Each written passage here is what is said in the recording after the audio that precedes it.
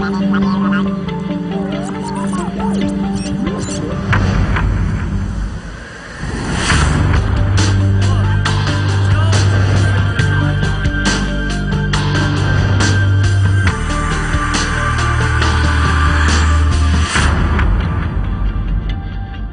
good evening, and thanks again for another edition of Ideas Exchange. Will come your way on Wednesdays from 8 to 9 p.m. Tonight, our program is very simple. We are looking at a country which seems to have lost dignity, a country many saw as one of those nations within our sub-region had to look at. So we called ourselves the beacon of hope, the country which had the best Ghanaians were proud of. But it appears as if we are getting to a stage where things are getting out of control. Just last week, we were in the news. The international community was following what was happening in this country. And I'm referring to what happened just some few kilometers away from our studios here at Osu. But the fact is that our country has gotten to a stage where many people are not too sure about what will happen in the next few years to come. We have an economic mess we are struggling to deal with. Besides that, we also have to acknowledge the fact that our financial sector is in crisis, and experts are warning that local banks may soon fold up. Investors are losing confidence in our country. Rating agencies have declared that we are a junk state, just because we have plunged this country into the state where we find ourselves. In fact, just before I walked into the studio, I chanced on one of the latest reports by the World Bank, and they were talking about food inflation. And if you look at what we are sharing on the screen, Ghana is among 10 countries with the highest food inflation. So you have Zimbabwe, you have Lebanon, you have Argentina, Iran, Turkey, and of course you have Suriname, Rwanda, Sri Lanka. And you remember Sri Lanka had a crisis almost like ours, and the people had to revolt, storm the presidency, chase the president out, and then get some help from the IMF. And then Loa PDR is also the last country there. So that's the latest that the World Bank is reporting on. So things don't seem to be that good for Ghana. But many of these things happening in our country is self-inflicted, because we have done it to the extent that the nation remains very polarized. Now, I was talking about an incident that happened just some few days ago from where we are, a few kilometers, and I'm making reference to Ashaiman. Look at these images. Many people knew that some international broadcast media house, I can talk about BBC, several others have published this sad incident that reflects the Ghana we have today. 30 years ago, after the 1992 Constitution was given birth to, many people didn't expect that we'll get this far. You have Kufuor's regime that has gone, Atamol's, Mahama, even Rawlings's regime, which saw some of the protests. I remember in 1995, the Kumipreko demonstration. He had to succumb. But that's Ashaiman for you. And sadly, our president didn't talk about it. The soldiers who caused this brutality, just like they killed 8 people at Techiman South, are walking free. And I'm imagining what is going through the mindset of the military high command, which boldly issued a statement 24 hours after Ghanaians were shocked and crying and speaking, condemning the brutalities at Ashaiman. If they went to church last Sunday, what was going through their minds? If they wake up and they see their neighbors and these pictures are shown on TV screens, how do they feel? But the painful aspect is that nobody talks about it. But today, our conversation will be looking at how all these things are playing out. I made reference to the fact that the political temperature in this country is heating up. Some few days ago, the EC chair and the NIA boss were invited to come and brief Parliament about the status of their data and why EC wants to rely on the NIA. And you remember that there was a heated debate on the floor of Parliament. After that debate, last week we talked about it, a section of the print media were bought and coerced to give publications that almost sidelined everything the minority spoke about. So there is a deliberate attempt to black out what is bothering many people. But you recall that the longest serving chairman of the Electoral Commission, Dr. Kojo Afarijan, has for 3 times cautioned the EC and spoken against the attempt to disenfranchise people under the guise of using a guarantor system. The latest was a letter he deliberately wrote to the biggest selling newspaper, Daily Graphic, just a few days ago, which has been widely published. At the time this publication was going on, some smaller political parties have come together to hold a press conference that they support what the EC is doing. And I see this as wickedness at the highest level, because when people under the guise of small political parties allow themselves to be influenced, and then they don't think Ghana first, but they think about stomach first, and for that reason they tag along just to please the paymaster. That's what you arrive at. I'm looking at these political parties. We have the Liberal Party of Ghana, the Great Consolidated People's Party, Danlate's Sons Party today, All People's Congress, National Democratic Party, and the People's National Convention. Look at the electoral results in this country over the years, and don't forget that even the Peace Council has had concern to worry about the fact that EC has deliberately decided to ignore the biggest opposition political party today. And many people describe the trend of events as security threat. But here we are, and nobody seems to care. And it appears as if institutions have either been cowed, institutions have either been influenced to shut up or ignoring their responsibilities. Just recently, the courts were put on the table, and many people were saying the confidence, and I remember I've seen Afrobarometer report suggesting that our court systems, people have lost confidence. Even the Supreme Court, people have lost confidence in such institutions. And of course, we have the military, which is disgracing itself. We have the police service, which is working hard to redeem its sunken image. And the Electoral Commission appears to be working to please themselves. But there is one tape that is informing our conversation today. It is the revelation of a leading member of the New Patriotic Party, a presidential hopeful, who says not once, not twice, not thrice, attempts to collapse his businesses or to shut him up. Yes, we know he's outspoken, and we know some of the things he has done, many people may disagree with, and therefore, if it is happening to him, why should you worry? But I am interested because just a few years ago, there were concerns that businesses in the financial sector and others were deliberately collapsed so that there will be the semblance of state capture. We suffered it when XYZ was collapsed under flimsy excuses such as we saw for other radio stations. And we know many of them have since not come back. And of course, many banks were collapsed, and some said the reasons for the collapse of some of those banks did not make sense. I remember the Heritage Bank owned by Seydou Agongo under the excuse that he's in court. Dr. Kwame Minkah is in court chasing them over the closure of some of his financial institutions. Dr. Pakwe Sindum is in court because of the closure. And listen to Kennedy Japan. And when we come back, I will introduce my guest, and you will appreciate the choice of our topic tonight. Ghana revenue for last week. Mami letter. Freya yakoya kofa letter. Yakoya steel plant amisia. Meanwhile, about 65% complete. You know. Ghana revenue. Actually, my letter said they want to go and audit me. And then they went there. Audit you? Yes. Yes, steel plant. Still yes. You are. Yes, no TV. Yes. Where are you? Yeah. I'm going to audit today. I don't know what they're going to do because me a Ghanaian.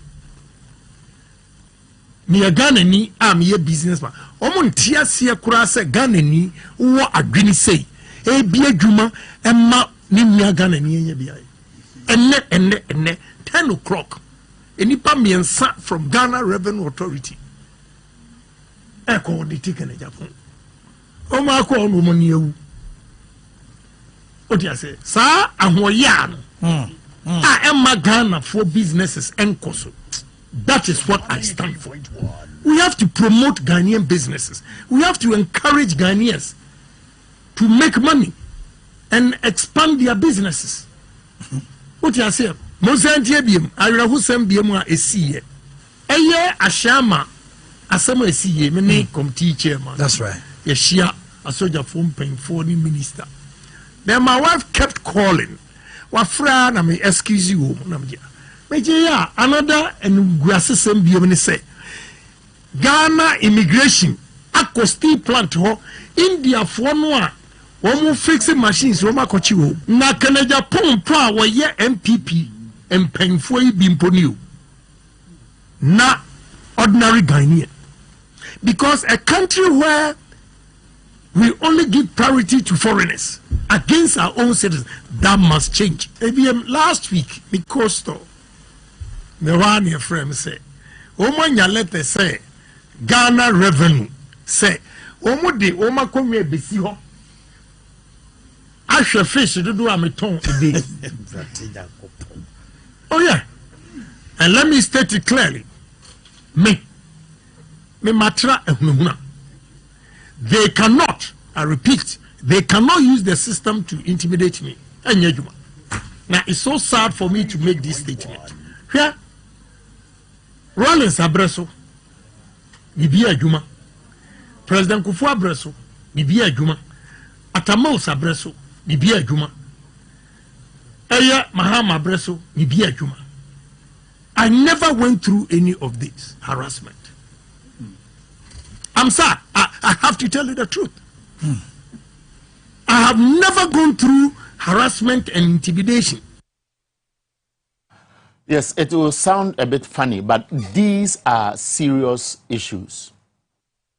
And if you're a Ghanaian and you take it for granted, you will appreciate why we are in this mess. Because I remember some few years ago, people kept crying and asking the public to speak out and condemn some of these things. This agenda to collapse and take over appears to be ongoing. And Kennedy Japan, somebody will say the law of karma. I remember when NPP won elections, some of the statements he was making against Ibrahim Mahama, how do you call it, Dr. Opuni, will get people jailed. In fact, maybe it is now playing out and slapping him in the face. But I am interested in the substance of the issue he has raised. Don't forget, PDS is out there. It was an attempt to find a way to take over and own. A Japan deal, some say it is now represented in that, under the name of gold for oil. We'll talk about that in future. But my guest tonight is a very prominent person who is well known. In fact, he is here with me in the studio. I'll tell you a little about him very shortly. But what I know is that he's a governance and policy analyst. That's public policy analyst. It's called Kwame Minkah. Sir, you are welcome. Thank you. Thank you very much. Let me, first of all, ask what was going through your mind when I was playing Kennedy Japan's tape? Well, a lot, I must say, and tied to your intro, I summed all up as for our country. Sadly, we have leadership failure, governance dysfunction, and institutions meltdown. Okay, I'll take this to be your opening remark. But for those who may not know much about Kwame Minkah, he's the longest serving district chief executive for 18 years. Of course, and I'll share some of the things you may want to know about him on the screen shortly. Mr. Kwame Minkah, a former Minister of State, Governance and Public Policy Analyst. He is the longest serving DCE. He became DCE, I think I'm told, at the age of 24 years. Am I right? Yeah. 24 years. A former local government minister, Minister for Environment, Science and Technology, Minister of State at the Presidency in charge of Development Authorities. Former MP for Amenfi East. I never knew this. President of the National Association of Local Authorities, Ghana Force. I'm also told that you are the UN advisor on local government, Local authorities. Local authorities. And then, of course, you'll be speaking at this year's US Africa Summit on expectations and benefits to Africa and the diaspora. When are you going to the US for this? That should be on Saturday. So Saturday you are going to US. Yes. I hope I'll be in your pocket, but obviously I'm sure when you come back, We'll have a discussion. I'll taste the US around you. Yeah. You bring me some souvenirs from the United States of America. Yes. But first, Let me walk through a bit of your profile. 24 years being appointed as a district chief executive. I'm even imagining myself now to be just told that you are going to be a DCE. It's huge. And Ghana at that time, how difficult or easy was it at the time? Well, it was the period of the upheavals in the country, and then came the June 4th, and subsequently 31st December. And I was a student activist. Apart from the SRC and NUCs, I was also chairing the June 4th movement on campus. So from there, I went straight without any experience in governance or management? Anything, nothing. Just a student with just the passion to be part of the process. So how was it then, 24 years from university, Esikodi DCE? How was it? How did you acclimatize as far as the environment of management and the people there was? No, we had to learn very fast on the job, and also learn under the feet of some experienced hands in the PNDC. And which district was this? This is Dwaboase. Adanse district. Adanse. At that time, it was one big district. One now big district. It's about and it was 3. very deprived at the time. At that time, we had Dwaboase as the capital, and then, of course, the other towns. And even for Dwaboase, there wasn't much to boast of in terms of infrastructure. Now, so when you look back, and for you as a local governance expert, you have been a local government minister before, you have played several roles, you are advising the UN, you are playing other strategic roles as a speaker or maybe trainer and so on and so forth. If you look at DCs or the local governance system at the time, and the objective you had, and you see where we are now as far as district assemblies and their capacities are concerned, what do you see as the positives and many things we may have missed along the line?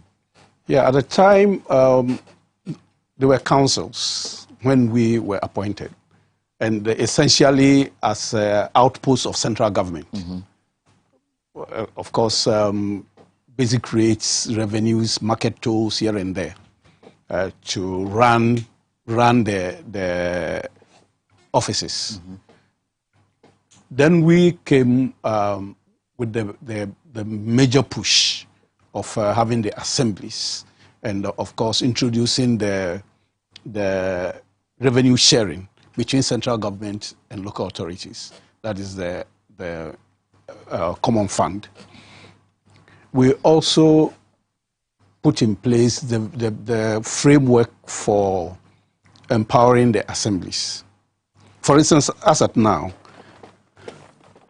whilst people accuse assemblies, MPs over non-performance, the departments under the assemblies are central government departments. So the laws that were passed at the time, before and even now, we've not been able to push the implementation of these laws through, to have the departments coming directly under the assemblies, reporting to the assemblies, and also having their budgets as part of the assembly's budgets. This looks very instructive, because if you go to any typical local assembly, you may have the semblance of maybe Ghana Health Service, the Food and Drugs Authority, the Birth and Death Registry, and you can name them.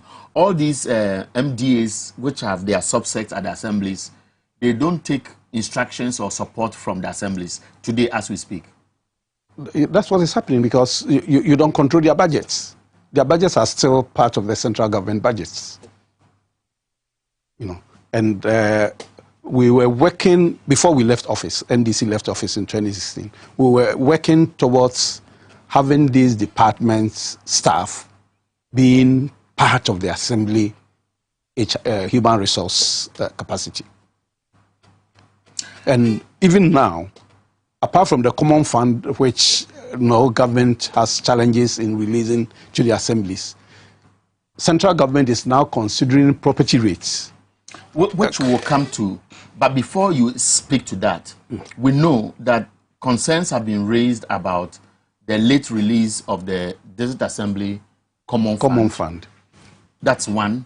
Two, there's also an issue about the capping of the DACF, which is an issue that people have been speaking to.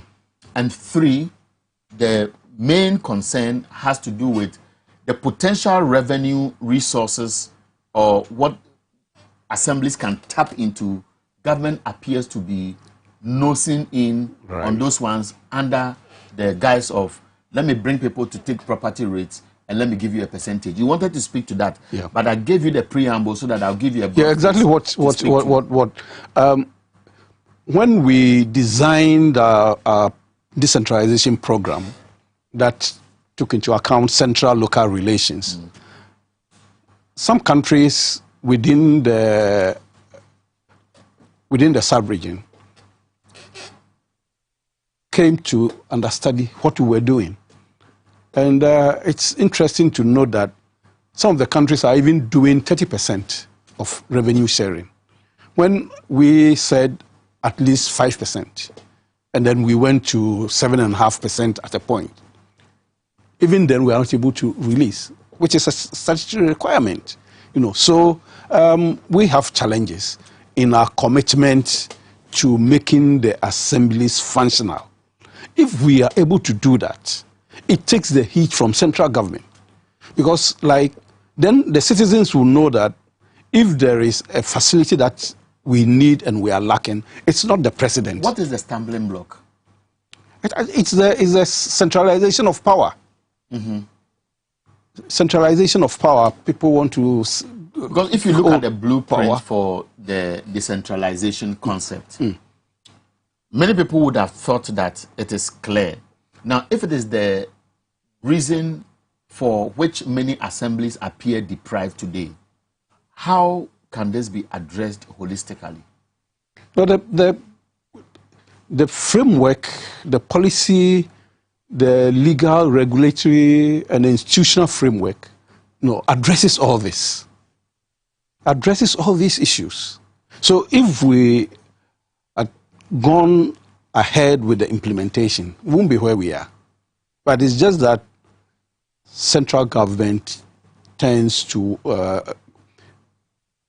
have the inclination to control resources at the local level. Now, our topic tonight is transactional politics and Ghana's woes today, where it appears as if politics has become a kind of merchandise. Now, I want to look at, and you have worked closely with former President Jerry John Rawlings. In my preamble, I made reference to a perceived dictator at that time because any coup d'etat leader or any military leader was described as a dictator because their style of governing the people was totally different. Then we saw the birth of the 1992 Constitution. Right. And 3 years after that, we saw something like the Kumipreku demonstration. But at least people tasted the Jerry Rawlings' regime between 92 and 2000. Then we had President Kufuor, who took over for 8 years. We had the late Atamels, who took over for almost 3.5 years. We had John Mahama taking over for 4.5 years, if that's right. Then we have President Akufo-Addo, who has done 6 years. Why is it that all of a sudden many people are overly concluding that things have just fallen apart, and Ghana, which was the beacon of West Africa or very respected among the League of Nations, appears now to have lost its dignity, and many people are now ridiculing us? Yeah, I think we are looking at our leadership purpose. And as you said, we are talking about transactional politics. We have transactional politics at one end of the spectrum and transformational politics at the other end. Can you break it down for us? The transactional politics is what we see these days in terms of representation. How do we select our representatives? It is not mostly on the basis of competence or delivery. It has to do with exchange, inducement. So people sell their voices and then their power to hold leaders to account. If you have done that, right from the base all the way through to, say, having your member of parliament, in terms of the kind of inducement that went on, where do you now then have the moral authority to expect that your member of parliament will hold government to account? So on generally, that's what we have embraced as a people, and it's a very dangerous trend for us. You mentioned the Rawlings era being described as dictatorship and all that. We didn't hear of any appointee being inducing people. For instance, in the appointment of a DC, you don't have to induce anybody to be at that position. At the time. At the time. So if you have to take certain actions, you do that in good faith. But here now we have a situation where even for a member of parliament, most times the agitations where people want to get rid of their member of parliament, it's not on the basis of delivery. It has to do with... it is not on the basis of merit. Merit. But you see, we are observing a trend. There's this mantra that runs through almost every government when opposition members speak. There's this word I want to use that we call it government of family and friends. There's nepotism. Chronism, nepotism and all that. Yes, that's one.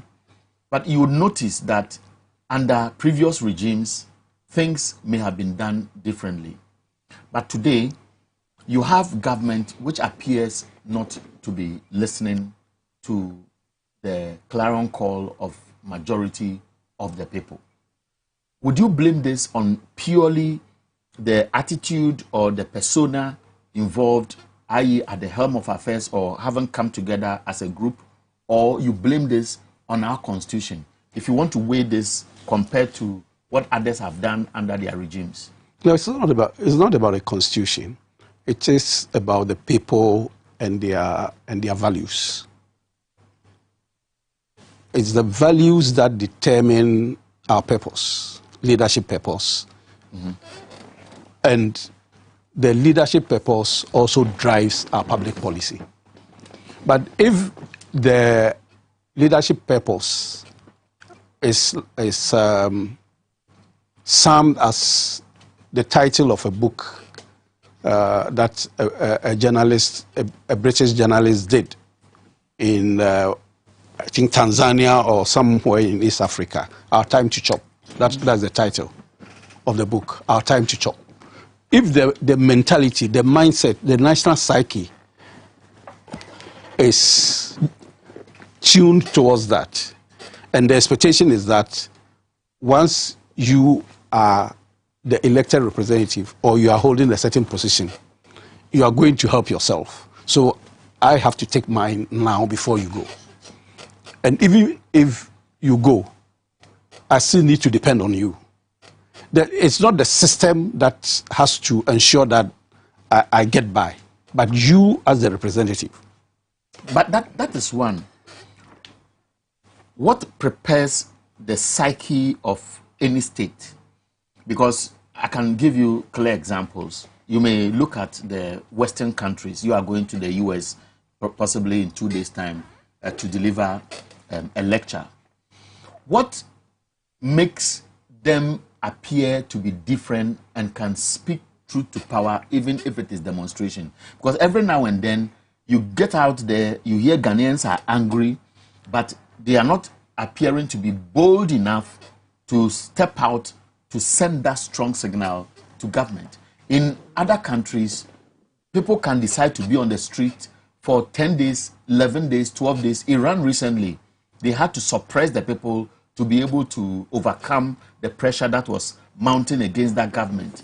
In other countries, as we speak, people are holding demonstrations on daily basis. But in our part of the world, it appears as if we vote, we leave you to do whatever you want, we lament, and then even if you are messing up that will affect us, we don't care. I think we do. People complain. Yesterday, I had an investor who was quite pained by the fact that he had invested in cylinders, gas cylinders, and to the point that those who were even importing from China now had to stop going to China to import and buy from them. Now, some people have brought in the Chinese to produce here, and are kicking them out of the market by just pricing. They know very well that the Chinese are not breaking even, and that in due course they will increase the prices. But you know, there are Ghanaians behind that. They are brought in to kill their business. To kill their business. He was quite pained, and I could feel his pain. How do we encourage other Ghanaians to invest? But I do not know who are behind the Chinese. But definitely, it has to do with some politics. No, but of course, you have to be blunt here. It has to do with some politics. Or politicians. Because if you look at the Ghana Union of Traders Association, for example, there's a law that clearly spells out which foreigner can do business or retail business or any form in Ghana, and how much money that person must sink in with the Ghana Investment Ghana Investment Promotion Center or something like that.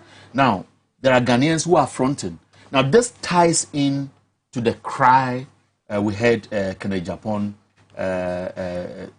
spew out as he told the story. Does it look scary? It follows a logic, a narrative, because once we entrench this transactional politics and leadership, all these things will follow. How does transactional politics come in? Because I'm putting myself in the shoes of an average Ghanaian who may not appreciate what transactional politics is, who is involved, and when those politicians come to power, how they leverage on those influences, i.e. the investment they made in their campaigning or their appointments. So, like the delegates who make demands on contestants, do they ask themselves where they are getting those monies from? Some people are sponsoring them. So if they sponsor these policymakers who are to ensure that the institutions work, and they are the ones that have financed their being there, you've taken yours from the beginning and put them there, they will not hold regulators to account. We are expecting that is the politician. The politician is, for instance, in the position in parliament or in any position in appointment to ensure that some policies work. They are regulators, and the regulations work to ensure that the systems favor everybody. There's justice for all, especially in the case of this investor. But they won't be able to do so because it's likely that it's the financier who has brought this Chinese to invest in this business. No, but why is it that it has, or it appears as if it has leapfrogged? Because here is a case of a key member of a political party who is aspiring to become a presidential candidate, and because he's speaking too much, he's revealing the modus operandi. Using state institutions, he makes allegation against Ghana Revenue Authority. I've seen their reaction. He makes an allegation against the Ghana Immigration Service, and he talks about other activities that are deliberately programmed to shut him up. I know a lot of businessmen who share the same sentiments with us. Even if they have to place their adverts on our network, they tell us that, please, we are afraid. The GRA will come after us. They will come after us. They will be frustrating us. They will send snake after us. Why should it be so? You see, the flip side of what we are discussing is transformational leadership, where leaders have an infinite mindset that we are looking at 10, 20, 30, 50, 100 years development, where will the country be in, say, 10, 20, 30, 40, 50 years, like China did? These are transformational leadership mindset, infinite. But the transactional leadership mindset is finite. We create a certain situation and make the best out of it within the period that we have the power. So this Kennedy-Japan issue has to do with going against a certain stream. The NPP promised from moving us from taxation economy to industrialization. Production economy. But what they are doing is elections economy. All the people who were recruited, most of them not on merit, into the services, are part of the bigger agenda to empower individuals so that they will be able to hold on to power. So having done all this, and Kennedy-Japan has been part of it, having done all this, and then in your aspiration to lead a party, you are going about saying certain things. They will deal with you. These are things that should have gone to NDC activists. What they are doing to him, most people are experiencing that, but they are not voicing out. So that's the danger. But it looks scary. Exactly. For a country where... Exactly. So because I'm looking into the future. And so many people sit here today and they have started identifying businesses that were set up just because they deliberately collapsed the business of another person. I've met contractors who have come to me to complain that their businesses have virtually been collapsed. Monies that are due them are deliberately held on just to make sure they break them down. Now, if this translates into the culture of payback, does it speak well for a country that is looking forward to become better than where we find ourselves today? That's the challenge we face. And if you recall, when Professor Mills won, after all the things that happened within the period, even including the then former president, and the many things that I will not want to recount, there was the expectation that it should be payback time. So when Professor Mills won, there was a lot of pressure on him from the party activists, even from our own former president, that you also have to deal with these people. And then that's when the father for all mantra came.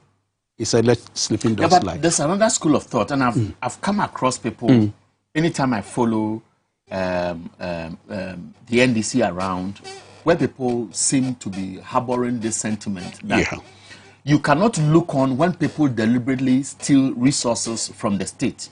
When people are deliberately collapsing state institutions. Let me cite an example. Somebody sent me a text message a while ago that look at the Sanglemi project, which could have been completed, deliberately allowed to rot, and somebody wants to sell it and own it, and these people now become the kingpins who are managing the financial sector of the country, whether it's energy, whether it's the banking sector, etc. And they will use the resources they have been able to either accumulate or accumulate rightly or wrongly against whoever may have the right mindset and Ghana first or Ghana at heart to develop, to frustrate you, to make you look like you're not operating. So this idea of, oh, let's think about Ghana, father for all, should have been a thing of the past and therefore should not inform the conversation going forward. Do you subscribe to that? Definitely, and certainly it must happen. We all know, we've all observed the abdication of responsibility and evasion of accountability over the 6 years that we have experienced the MPP in government. And it's not something that should be wished away or just swept under the carpet. it's expected, and I'm expecting that a new government, a leader who wants to move this country forward, and also send a signal, a message that you don't do things with impunity, especially when it has to do with national resources, should kind of institute a dragnet. Anybody who has been involved in anything untoward should have to account. So from what you said now, maybe we'll be moving straight to look at the way forward.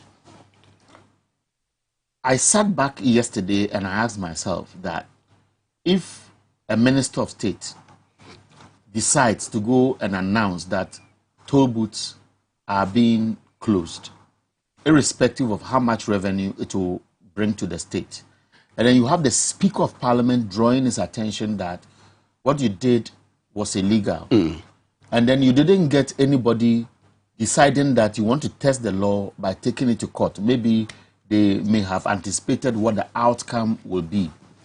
And for such same personalities to make U-turn and bring it back and make it look like the loss to the state is ordinary, do you blame the president? Do you blame such people? Do you blame Parliament? Or do you blame Ghanaians as having allowed ourselves to be taken for granted to that level? There's been a lot of impunity in the conduct of public affairs with this government.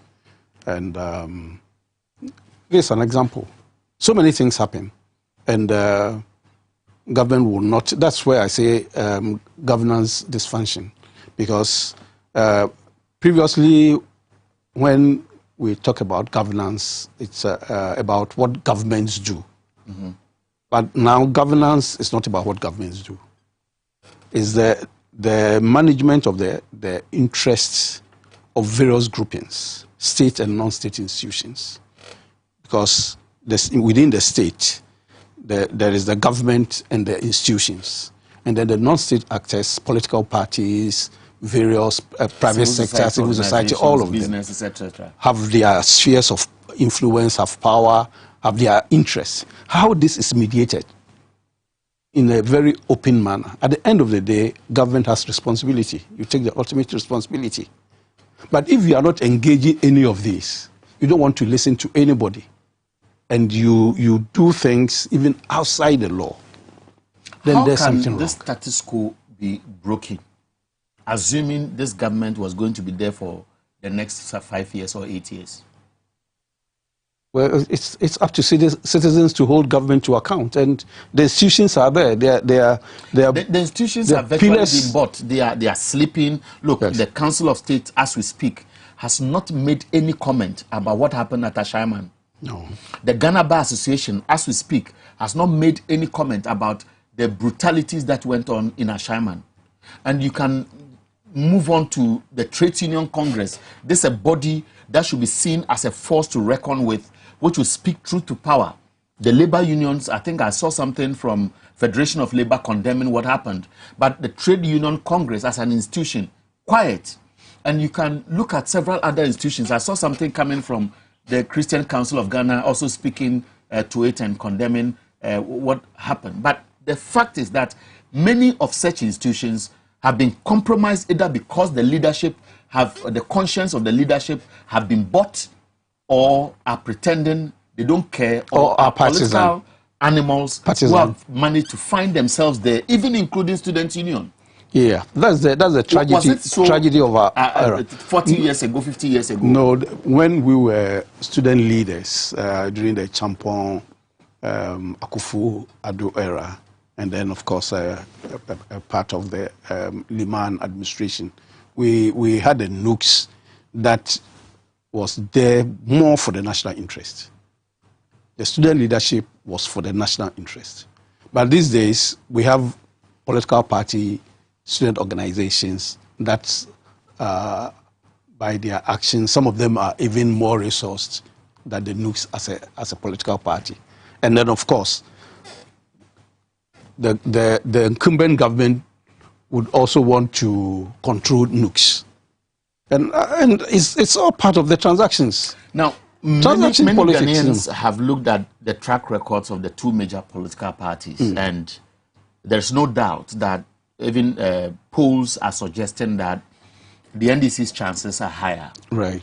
Now, the NDC itself is also in the process of electing their leader. And of course, there's a presumptive leader many people will point to because of the experience he has had, or maybe what people can readily say are things they can point to be used to compare whether it is justifiable to bring him back. I believe it's enough for people to be appreciative of what he can do. Now, looking at the NDC itself, how should the NDC be positioning itself either for the elections ahead, or to give that assurance to Ghanaians that, look, whoever emerges and takes over the mantle will first of all address the economic mess, situate the country in a certain stage where the polarization will come down, business confidence will be boosted, and then we see the face of Ghana returning to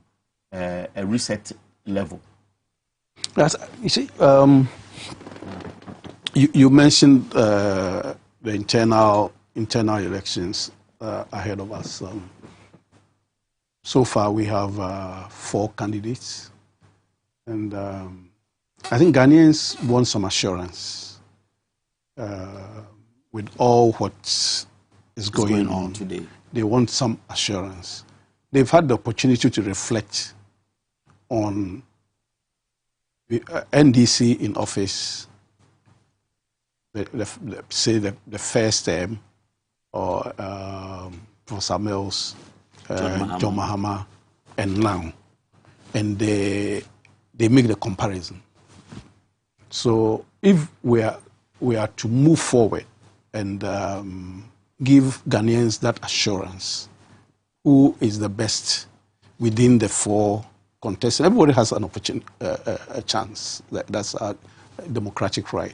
But who amongst the lot will Ghanaians entrust their destiny in their hands? John Mahama has been president, so we can say what he will be like if he wins. The rest you can tell. We always try to look at looking out for something new. But when they say the devil you know, it's better than the angel you don't know. It's loaded. It's loaded. And of course, many have said it is the Someshe or try me and see that has brought us into this level. Situation. Even though people were forewarned. Yeah, but you know, when people get frustrated, they think it's greener at the other side of the wall. Within the period of the Dumso, I addressed it over the weekend of the Dumso, and it was made for Ghanaians to believe that it's John Mahama who has brought Dumso. When this thing started, Dumso started from the 90s. It started from the 90s. You know, but when we apart from the challenges of the Akosombo Dam, the coverage of the electricity throughout the country, around Ghana comes second in Africa with some 83% coverage. The capacity couldn't hold. So if he says, I take responsibility and I'll make sure I fix it, that's a sign of leadership. He didn't cause it, but he takes responsibility for it. You know. But then it became part of the reason, the campaign against him that he's incompetent. And Ghanaians bought into it. I also addressed the issue of corruption. This Woyomo issue happened when he was vice president. He wasn't president. No, he wasn't president, but he was used against him. Yes. So, you know, it has not been a fair assessment of him and the verdict. Then it appears as if that's why many people will say he stands vindicated today and stands tall amongst especially not even his peers who are but those him, in the but other those who side. have had opportunity to govern this country. Yes.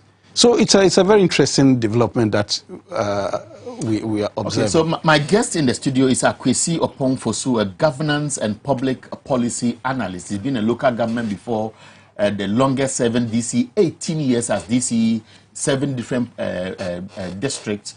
He became a DC at 24 years with no experience, and he had to learn on the job. Today, he speaks to issues about local governance with the U.S., and as we speak, he's preparing to travel to the U.S., possibly by Friday or Saturday, he should be in the U.S., to speak at the U.S.-Africa Summit, expectations and benefits to Africa and the diaspora. We'll be taking a short break. When we come back, I'll let him walk us through what really this means, especially when the U.S. Vice President will be visiting Ghana somewhere Monday or Tuesday.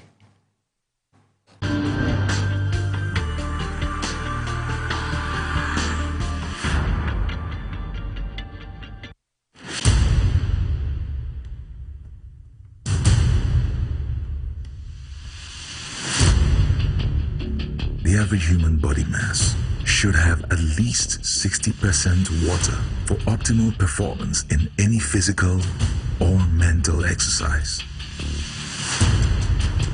We can help you maintain it naturally.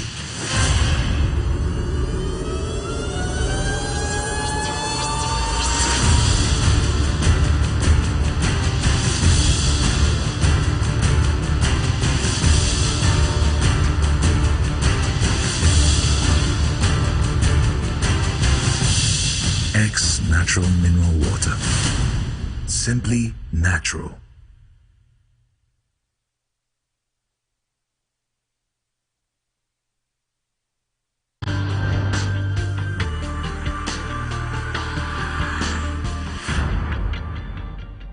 Come back. This is Ideas Exchange on TVXYZ. Our topic is transactional politics and Ghana's woes today. It is transactional politics that has brought us this far. Because I've heard people say, for example, that because of the governance of family and friends, it is difficult for the president to sack his own family members. So the roads minister, roads and highways minister, can do what he did and walk free. You have the finance minister who is doing what he wants to do and is walking free, even when they are asking him to let the finance minister go. He's giving him additional responsibility until recently that he's going to act when some ministers were resigning. But many people are banking their hopes on how things will pan out going into 2024. We're talking about the former president. Right. As we speak, he's in the Ahafo region. And we are told that from there he will be staying in the Ashanti region, your backyard. Now, if you observe the campaign so far, Dr. Dufour, I've not heard much about what the former Kojo Bonsu is doing. I've not heard much, but Dr. Dufour, I've heard him going around. I've seen a few publications. There's a fourth person who we have not heard about at all. He was a businessman, not known that much in the party. Briefly, what are your observations and what are the takes you want to share? Yeah, the NDC has a very unique culture that people seem to lose sight of. So long as there is a leader, they follow the leader. And if we go back to Jerry Rawlings, he was the leader everybody followed. Till he brought in Atta Mills. And then the NDC now saw Atta Mills as their leader. To the extent that when Jerry Rawlings started criticizing Atta Mills, they went after him. They went after Jerry Rawlings. With all his towering image and influence. So, and it followed up to John Mahama. That's the leader they know. That's the NDC culture. And if you observe the National Congress elections, you stand a very good chance of losing if you attacked Anti-Mahama. Right. They've done some to some parliamentary candidates. It's the same One thing of them at around. a Sikado Keten was crying when they saw posters of one of the candidates, Dr. Dufour, and her. Yes. And she was issuing statements here and there. I think I understand what you are saying. That's the nature, But that's is the it an culture. appreciation of how he's handling himself as an individual, building on the public appreciation of who he is, which is adding on to the value they are placing on him, or is just the NDC which will just accept anybody who is put out there? Not to just accept anybody. They know what they want. And I see the other contestants, my gut feelings tell me that maybe it's for positioning. Okay. It's for positioning in terms of going forward. Going forward, some might be looking at beyond 2024. Others might be looking at now. How do I use this contest to leverage, Ahead something? of what will be available. Now, we have 3 minutes left. I was telling our viewers that you are going to speak in the U.S. The topic is expectations and benefits to Africa. This U.S.-Africa summit, when I dug your profile, this is not the first time you are speaking at the event. Yeah. What really is it about, and what do Africans, Ghana, stand to benefit from some of these summits? Yeah, this is one of the projects of Reverend Jesse Jackson. He believes that if you talk about people's rights to voice and participation and all that, social justice, and you don't talk about economic justice, then there's a missing link. So he has this annual Wall Street, the financial center, Wall Street Economic Summit, where this dialogue is held, where the professionals, especially those in the diaspora, meet and discuss how best people can benefit from credit in housing, education, and all that.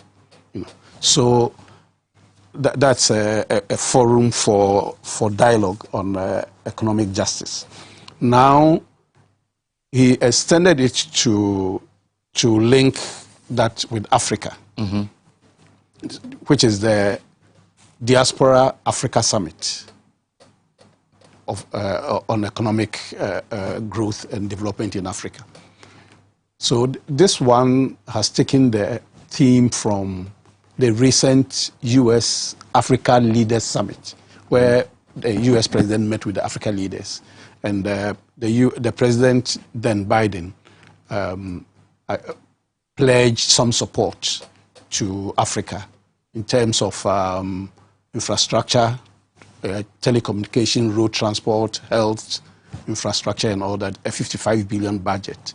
I believe it's so for the reason that the vice president is visiting some countries. So this meeting is to discuss the way forward. How do we make that? How do we actualize How do you that, tap into that?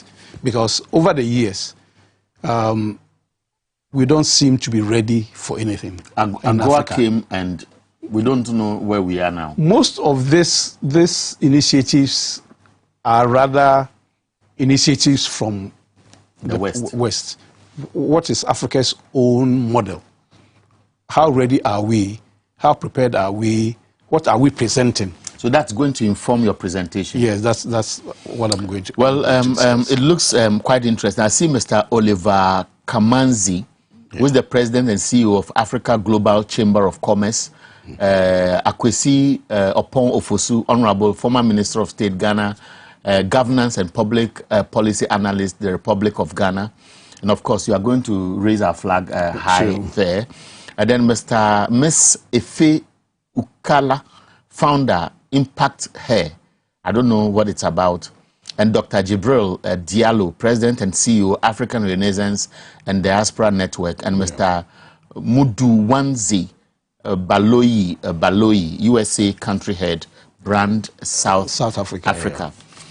And so that's exactly how we want to wrap up. Now, if I gave you the opportunity to look through your camera and speak your mind on anything under 1 minute, what would you say? Yeah, I would say that in the past few days, you've mentioned Ashaman, Kennedy Japan's lamentations, most of the things happening, the issue of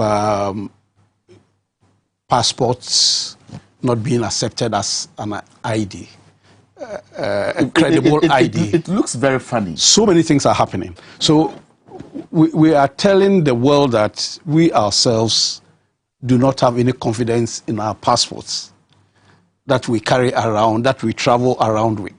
So if you get to the airport and you are being grilled, you are being taken through all that, you don't have any reason to complain. So in a nutshell, the ship of state is on the verge